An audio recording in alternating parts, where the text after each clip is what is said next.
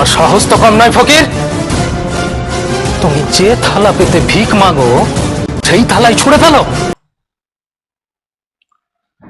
Welcome guys, welcome to my YouTube channel Telecine acting workshop. এই পর্বের আমার topic হচ্ছে ভয়েস মডুলেশন। হ্যাঁ, ভয়েস মডুলেশন হলো আমরা যখন কথা বলি, কথা বলার সময় আমাদের স্বরকে নিয়ন্ত্রণ ও সামঞ্জস্য করাই হলো ভয়েস মডুলেশন। আমরা আমাদের প্রতিদিনকার জীবনে আমাদের ভয়েসকে মডুলেট করি, আমাদের স্বরকে নিয়ন্ত্রণ এবং সামঞ্জস্য করি। কারণ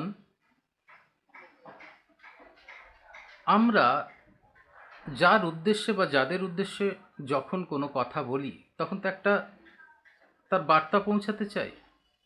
সেই বার্তাটার প্রকৃত অর্থ আর প্রার্থিত ব্যঞ্জনা যাতে সঠিকভাবে শ্রোতার কাছে বোধগম্য হয়, তার জন্য আমরা আমাদের ভয়েসকে মডুলেট করি।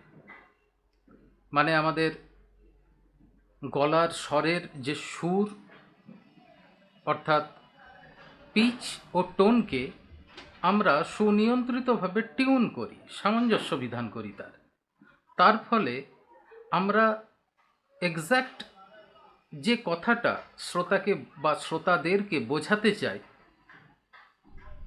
তার প্রকৃত অর্থ তার কাছে আমরা পৌঁছে দিতে পারি ভয়েস মডুলেশনের মাধ্যমে। সেই কারণে আমাদের জানতে হবে, আমরা যারা অভিনয়ের শিক্ষার্থী, আমরা যারা অভিনয়কে পেশা হিসাবে নিতে চাই, আমাদেরকে জানতে হবে প্রথমেই কথা বলার সময় আমরা ভয়েস মডুলেশন কিভাবে করি, তার টেকনিক্যাল দিকগুলো আমাদের জানতে হবে। সেই বিষয়েই এই পর্বে আমি আলোচনা করব। ভয়েস মডুলেশন হলো সুরের নানাভাবে বিস্তার। ভয়েস মডুলেশন হলো সুরের ভাঁজ। ভয়েস মডুলেশন হলো সুরের পরিবর্তন।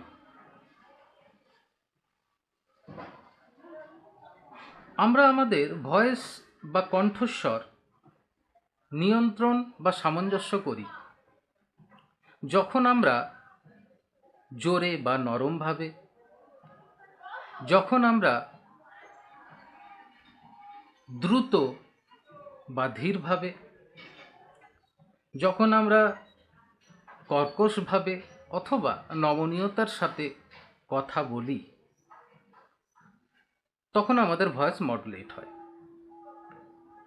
আর এই পরিস্থিতি তখনই সৃষ্টি হয় যখন কোনো নাটকীয় বা আবেগপূর্ণ পরিস্থিতির সূচনা হয়। আমরা আমাদের প্রতিদিনকার কথোপকথনে ভয়েস মডুলেট করি স্বাভাবিকভাবে। আমরা ছোটবেলা থেকেই কথা বলা শিখি শুনে শুনে। আমরা ছোটবেলা থেকেই আমাদের যবে থেকে জ্ঞান হয় তবে থেকেই আমরা পরিস্থিতি পরিবেশের সাথে সামঞ্জস্য রেখে আমরা আমাদের গলার স্বরকে নানাভাবে নিয়ন্ত্রণ করতে শিখি বাই ডিফল্ট, অটোমেটিক্যালি। পরিস্থিতির সাথে থাকতে থাকতে, আমাদের চারপাশের মানুষজনের সাথে থাকতে থাকতে আমরা বাই ডিফল্ট অটোমেটিক্যালি কখন নিজেদের অজান্তেই ভয়েস মডুলেশনকে রপ্ত করে ফেলি। কিন্তু যখন অভিনয়ের ক্ষেত্রে আমাদের কোনো একটা সংলাপ বলতে হবে বা একটা ক্যারেক্টারকে ক্যারেক্টারাইজ করতে হবে, তার চরিত্র চিত্রায়ন করতে হবে, তখন আমাদের এই টেকনিক্যাল দিকগুলো টেকনিক্যালি জানতে হবে। নাহলে কিন্তু আমরা একটা চরিত্রকে তার বাস্তবতা দিতে পারবো না। নাহলে আমরা একটা চরিত্রকে প্রাণবন্ত করে তুলতে পারবো না যদি না আমরা এই ভয়েস মডুলেশনের টেকনিক্যাল দিকগুলো শিখি। ভয়েস মডুলেশনের সময় আমাদের মনে রাখতে হবে যে কথা বলার সময় কিভাবে আমরা ভয়েস নিয়ন্ত্রণ করি, অর্থাৎ সঠিকভাবে আমাদের যে কণ্ঠ বা গলার স্বর, তার পিচ বা টোনকে কারেক্টলি টিউন করতে হবে, যাতে শ্রোতার কাছে আমরা যেটা বলতে চাইছি বা আমাদের যেটা বার্তা সেটা স্পষ্টভাবে এবং ভালোভাবে শ্রোতাদের কাছে পৌঁছায় বা শ্রোতাদের দ্বারা বোঝা যায়। আমরা যদি খুব গুছিয়ে ভয়েস মডুলেশনের একটা সংজ্ঞা বলতে চাই, তাহলে বলতে পারি যে অভিনয়ের সময় একজন অভিনেতা সংলাপ বলার ক্ষেত্রে তার মনের নানা ভাব ও আবেগ প্রকাশ করতে সবসময় একই সুরে কথা বলেন না। তিনি বিভিন্ন সুর ব্যবহার করেন। যেমনটা বললাম, আমরা ছোটবেলা থেকেই আমরা বিভিন্ন পরিবেশ পরিস্থিতি অনুযায়ী নানাভাবে, নানা সুরে, নানা রকমভাবে আমরা কথা বলি। বাই ডিফল্ট আমরা শিখে নিই সেটা। তো সেই জিনিসটাই যে অভিনয়ের সময় সংলাপ বলার ক্ষেত্রে একজন অভিনেতা তার মনের ভাব প্রকাশ করার জন্য বা ব্যক্ত করার জন্য একই সুরে সবসময় কথা বলেন না, তিনি নানা সুর ব্যবহার করেন। বৈচিত্র্যময় এই সুরের খেলাতে থাকে নানা রকম উত্থান পতন, কর্কশতা, নমনীয়তা, স্থূলতা, সূক্ষ্মতা। এই সমস্ত জিনিস যখন দক্ষতার সাথে সম্পন্ন হয় বা কার্যকর হয়, তখন মানব মনের গভীরে প্রকৃত অর্থ ও প্রার্থিত ব্যঞ্জনা পৌঁছে দেওয়া যায়। সুরের এই উত্থান পতনকে, আপস অ্যান্ড ডাউনসকে আমরা ভয়েস মডুলেশন বা ইনফ্লেকশন বলি। বিভিন্ন টোন সহ একই বাক্যের বিভিন্ন অর্থ হতে পারে। যেমন যদি আমি কাউকে যদি প্রশ্ন করি যে আপনি কেমন আছেন, এটার মানে বা অর্থ দাঁড়ায় বা শ্রোতার কাছে আমার প্রশ্নের প্রকৃত অর্থটা এটাই পৌঁছাবে যে আমি তাকে খুব নর্মালি, স্বাভাবিক বা সাধারণভাবেই প্রশ্নটা করেছি, অথবা কৌতূহলবশত আমি তাকে এই প্রশ্নটা করেছি। কিন্তু এই একই প্রশ্ন আপনি কি করছেন, এইটা যদি আমি রাগের সাথে বলি, বা এটা যদি আমি খুব উঁচু গলায় বলি, হাই পিচে বলি, তাহলে এই শব্দটাই, এই সাধারণ বা কৌতূহলী প্রশ্নটাই বদলে যাবে রাগের প্রশ্নে বা ব্যঙ্গের প্রশ্নে। তাহলে আমরা আমাদের একই কথা বা একই বক্তব্য মধ্যে যখন আমাদের বিভিন্ন সুর প্রয়োগ ঘটে, বিভিন্ন সুরের প্রয়োগ ঘটে বা বিভিন্ন সুরের আমরা প্রয়োগ ঘটাই, তখন কিন্তু একই শব্দের মানে আলাদা আলাদা হয়ে যায়, বদলে যায়। এটাই হচ্ছে ভয়েস মডুলেশন।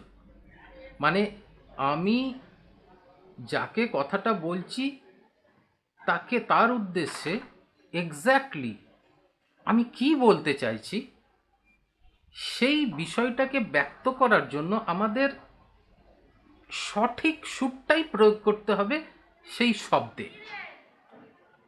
তবেই আমরা যেটা বলতে চাইছি সেই প্রকৃত অর্থ বা প্রার্থিত ব্যঞ্জনা শ্রোতার কাছে পৌঁছে দিতে পারব। যেমন আপনি কি করছেন, আপনি কি করছেন, কৌতূহলী হয়ে আপনি কি করছেন, নর্মাল প্রশ্ন। এবার আমি যদি রেগে বলি আপনি কি করছেন, মানেটা বদলে গেল। আপনি কি করছেন, ব্যঙ্গের বদলে গেল, পরিবর্তিত হয়ে গেল। তাহলে একই শব্দ আপনি কি করছেন খুব সাধারণভাবে তাকে জিজ্ঞাসা করলাম ভদ্রতা বা সৌজন্যের খাতিরে, বা কৌতূহলী হয়ে তাকে জিজ্ঞাসা করলাম, বা রাগ দেখিয়ে তাকে এই প্রশ্নটা তখন করলাম বা জিজ্ঞাসা করলাম, অথবা ব্যঙ্গের সুরে তাকে ব্যক্ত করলাম।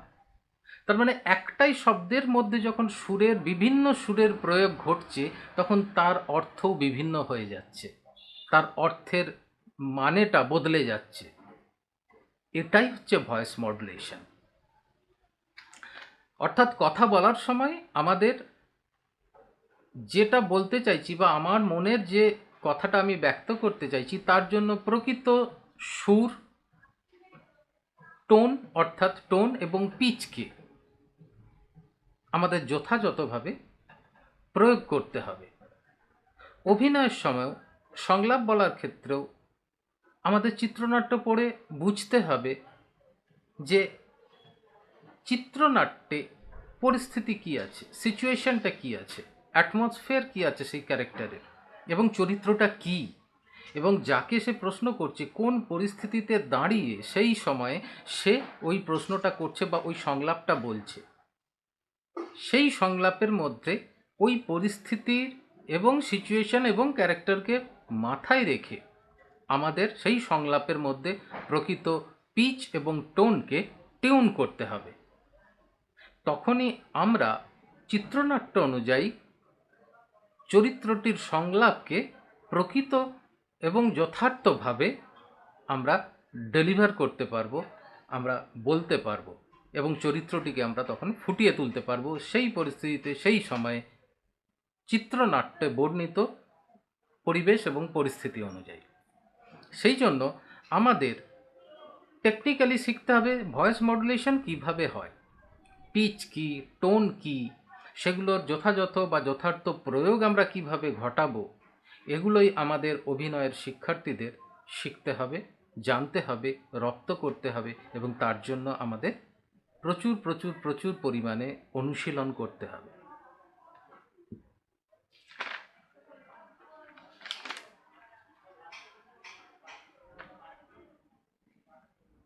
টোন কি? এই যে ভয়েস মডুলেশনের সময় আমি যে বললাম যে আমাদের টোনকে কারেক্টলি টিউন করতে হবে, মানে নিয়ন্ত্রণ করতে হবে টোনকে। টোন, প্রকৃত অর্থে টোন কি? আমাদের যে ভয়েসের টোন, বাংলায় যদি আমি বলি তাহলে বলতে পারি স্বরের সুর। ভয়েস মানে স্বর, টোন মানে সুর। তাহলে স্বরের সুর, এটা আমি বাংলায় বলতে পারি। যদি আমি ইংরেজিতে বলি যে টোন এক্স্যাক্টলি কি, টোন হলো ইমোশন অফ ভয়েস, ভয়েসের ইমোশন, আমাদের স্বরের আবেগ।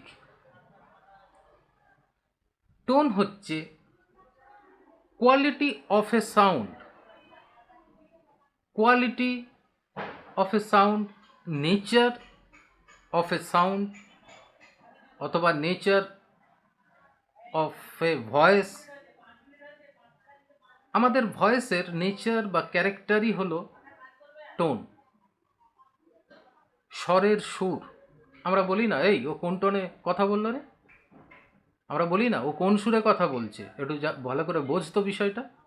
মানে ও এক্স্যাক্টলি কি বলতে চাইছে বা বোঝাতে চাইছে। সেই জন্যই আমরা অনেক সময় বলি না, ঝগড়াঝাটির সময়তে বা কোনো আমরা বিষয় বুঝতে পারছি না, ও কোন সুরে কথা বললো রে, ও কোন টোনে কথা বলছে রে, মানে এক্স্যাক্টলি আমরা মানেটা বুঝতে চাই তখন যে কোন টোনে, মানে ও এক্স্যাক্টলি কি বোঝাতে চাইছে বা কোন বার্তাটা দিতে চাইছে। সেই জন্যই আমরা বলি না কথার সময় আমাদের নর্মাল জীবনে যে ও কোন টোনে কথা বলছে বা ও কোন সুরে কথা বলছে। এই টোন বা সুরটাই হলো স্বরের সুর, স্বরের quality of sound. Quality of sound means সাউন্ডের এক্স্যাক্ট নেচার, এক্স্যাক্ট ক্যারেক্টার। তো আমাদের টোন অনেক রকম হতে পারে।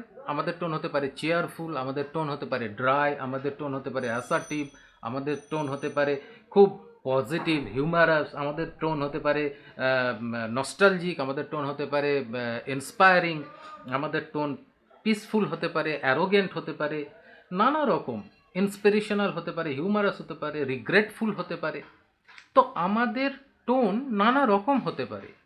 সেই টোনকে প্রকৃতভাবে তার প্রয়োগ ঘটালেই আমাদের ভয়েস মডুলেশনের সময় প্রকৃত আমাদের কথার বা আমাদের বক্তব্যের প্রকৃত অর্থ আমরা শ্রোতার কাছে পৌঁছে দিতে পারি। তুমি কারোর টোনকে বা সুরকে তুমি ব্যাখ্যা করতে পারো তার অবজেক্টিভটা কি, সেইটাকে মাথায় রেখে। সেই জন্য আমাদের বুঝতে হবে যে সে যে সুরে কথা বলছে সেই সুরটা এক্স্যাক্টলি কি। সেটা আনন্দদায়ক, সেটা উত্তেজনাবর্ধক, সেটা রাগের, সেটা ক্ষোভের, সেটা নাকি খুব শুষ্ক, ড্রাই, হতাশাজনক, এইটা আমাদের বুঝতে হবে। আর এগুলো আমরা কিভাবে বুঝবো? আমি প্রথমেই বলেছি আমাদের জীবনের অভিজ্ঞতার বাস্তব প্রয়োগ আমাদের অভিনয়ের মধ্যে ঘটে। তাই আমাদের অভিনেতাদের তাদের বাস্তব জীবনের যে অভিজ্ঞতা, সেই অভিজ্ঞতাকে অবলম্বন করেই এইসব জিনিসগুলোকে, আমাদের যে অনুভূতিগুলো আছে, সূক্ষ্ম সূক্ষ্ম অনুভূতি, আবেগ, এগুলোকে আমাদের অ্যানালিসিস করতে হবে, ব্যাখ্যা করতে হবে, বিচার বিশ্লেষণ করতে হবে। একজন মানুষ সে আনন্দের সাথে কথা বলছে, এটার তো কোনো ফর্মুলা নেই, অঙ্ক নেই। এটা আমাদের জীবনের অভিজ্ঞতা থেকে আমাদের আমরা শিখি। সেই শেখার জায়গা থেকে আমাদের বুঝতে হবে, অ্যানালিসিস করতে হবে যে একটা মানুষ রেগে কথা বলছে না আনন্দের সাথে কথা বলছে। রেগে কথা বললে সে কেমনভাবে বলে, আনন্দের সাথে কথা বললে সে কেমনভাবে বলে। রেগে কথা বললে সে সে সে সে উঁচু স্বরে কথা বলে না সে নিচু স্বরে কথা বলে, তার বডি ল্যাঙ্গুয়েজ কীরকম হয়, তার আচার আচরণ কীরকম হয়, সেগুলো আমাদের জীবনের প্রত্যক্ষ অভিজ্ঞতা থেকেই আমাদেরকে বুঝতে হয়, শিখতে হয়। তাই এর কোনো ফর্মুলা নেই, এ প্লাস বি তার হোল স্কোয়ারের মতো কোনো অঙ্কের গণিতের মতো কোনো ফর্মুলা নেই যে এই ফর্মুলাতে আমি ফেললে তাকে আমি বুঝে যাব যে রাগে আছে কি আনন্দে আছে। এগুলো সবই আমাদের জীবনের অভিজ্ঞতা থেকে অবলম্বন করেই চলতে হবে। সেই কারণে আমাদের প্রথমেই অ্যানালিসিস করতে হবে, বুঝতে হবে সে আনন্দের সাথে কথা বলছে, দুঃখের সাথে বলছে, রাগের সাথে বলছে, কিভাবে বলছে, এক্স্যাক্টলি তার মুড কি। সেই মুড থেকেই তার টোন বেরিয়ে আসে। একটা মানুষের যে মুডে থাকে সেই সেই সময়ে সেই মুডে এর বহিঃপ্রকাশ ঘটে সে যখন কথা বলে তার টোনের মধ্যে দিয়ে, তার সুরের মধ্যে দিয়ে।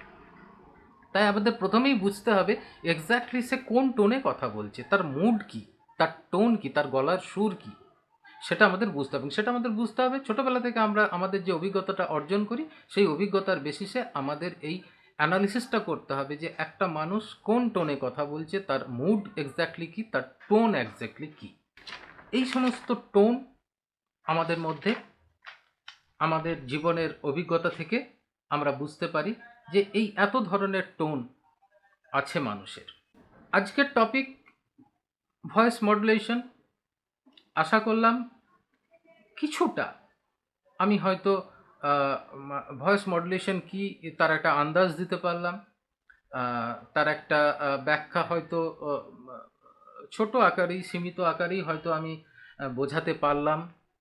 কি পারলাম না সেটা আমি তখনই বুঝতে পারবো যখন আমি কমেন্টস বক্সে আপনাদের আমি কোনো প্রশ্ন বা জিজ্ঞাসা বা কোনো উত্তর বা কোনো রিপ্লাই যদি পাই তখনই।